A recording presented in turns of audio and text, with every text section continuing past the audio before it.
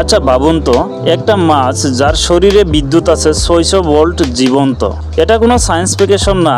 এই মুহূর্তে অ্যামাজনের কালো জলের নিচে এই প্রাণীটা নিজেই একটা চলন্ত পাওয়ার স্টেশন। কিন্তু প্রশ্ন হলো, তার নিজের বিদ্যুতে সে নিজে মরে না কেন? ইলেকট্রিক কিলের শরীরে 80% জুড়ে আছে এক বিশেষ অঙ্গ, ইলেকট্রোসাইট সেল। হাজার হাজার ছোট ছোট জীবন্ত ব্যাটারি, একটার পর একটা সাজানো ঠিক টর্চ লাইটের সেলের মতো। প্রতিটা সেলে আলাদা করে খুব সামান্য বিদ্যুৎ তৈরি করে মাত্র 0.15 ভোল্ট। কিন্তু যখন প্রায় 4000 সেল একসাথে সক্রিয় হয়, তখন পুরো শরীরে হয়ে ওঠে 6000 ভোল্টের জীবন্ত তার।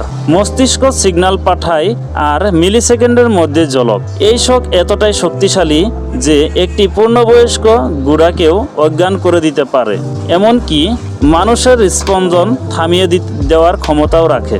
তাহলে ইল নিজে বাঁচে কিভাবে? তার সবচেয়ে গুরুত্বপূর্ণ অঙ্গগুলি থাকে শরীরের একদম সামনে, মাথার কাছে, আর বিদ্যুৎ বের হয় শরীরের পিছনের অংশ থেকে। সামনে সৃষ্টিকর্তা নিজেই তাকে দিয়েছে এক ধরনের ইনসুলেশন সিস্টেম।